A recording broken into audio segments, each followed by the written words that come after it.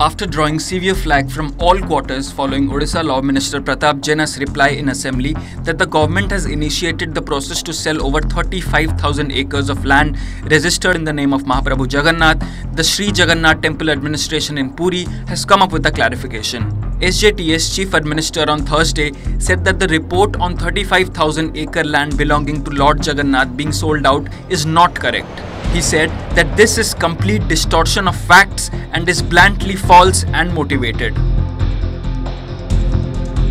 Such land which are occupied or are under possession of various persons are settled by the temple committee as per a unified policy aimed at bringing transparency and uniformity in the process to be followed for settlement of land to the eligible person, the SJTA administrator said, adding that around 387 acres of land has been settled in the last 20 years for public benefit.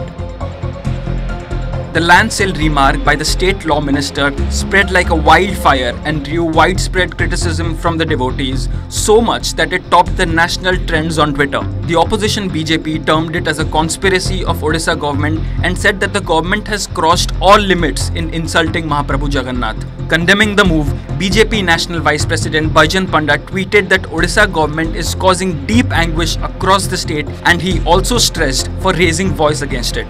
Taking to Twitter, leader of opposition Pradipta Naik also termed Law Minister's statement as unfortunate and said that the state government does not have any authority on the land of Lord Jagannath.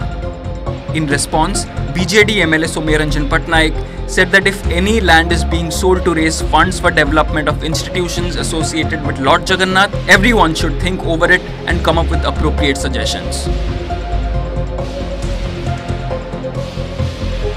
Bureau Report, OTV News.